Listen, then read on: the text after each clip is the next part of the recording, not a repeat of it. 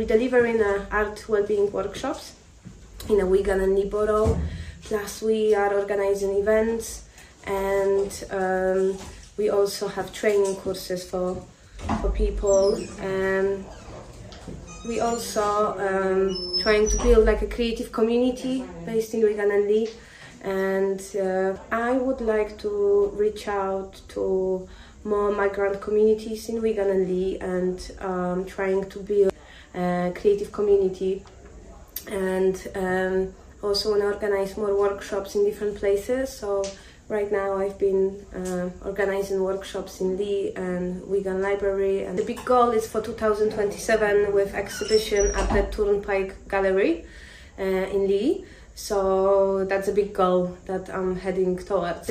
The festival is every 2 years, so for me it's exciting to see it, and it will be at the Longside Art Space, which I know I organize some things over there, so it will be nice to come back. We definitely want to showcase their artworks that we did in Wigan and invite some Wigan-based artists, so that will be nice as well to bring Wigan people, Wigan-based people to some other spaces in Manchester. Literally all you need to do is stop hating.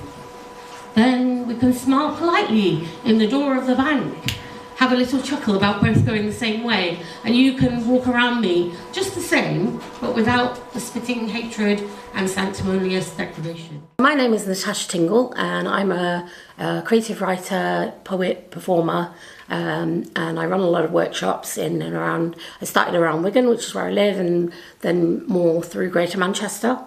And She Writes was looking for a poet to work with a group in Lee and Wigan. The first thing that I did with them was a one-off workshop.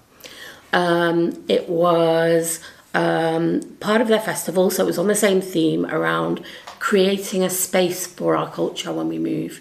The workshop about making space for your culture, but we had people in the room who had never moved from Wigan, but they still managed to participate, and they still enjoyed that kind of like the process of creating and thinking about, well, what is their culture beyond just the space you live in, like, because some of them had hobbies and there's a whole cultural space around that.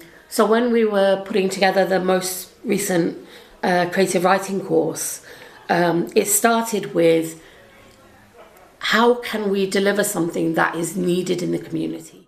Grief did not kill anyone, but it emptied us of everything. And night brings day.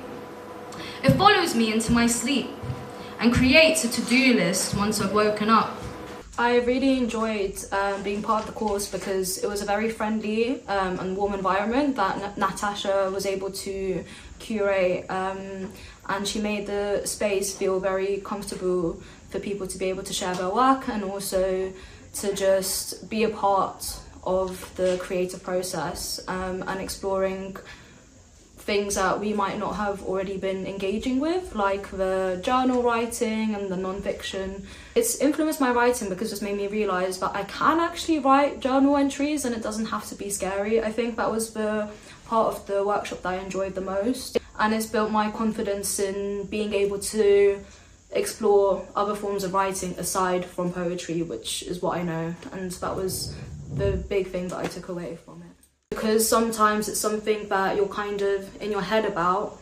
Having facilitators like Natasha means that you can actually engage with other forms of writing, and it's not daunting because you've got someone who's guiding you through it and is encouraging you.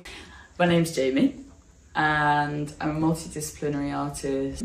I think the big thing actually was like the focus on identity and the stuff that we were talking about and the stuff people were sharing, the stories that people were sharing in the sessions actually changed some of the content that I was writing. I normally write more abstractly, I think, because I'm not always wanting to share stuff so explicitly. So when you're sat and everyone's doing that, it's easier to be vulnerable. With meaning, I'm tied down now by this forbidden thought, but maybe we'll be better off without a you.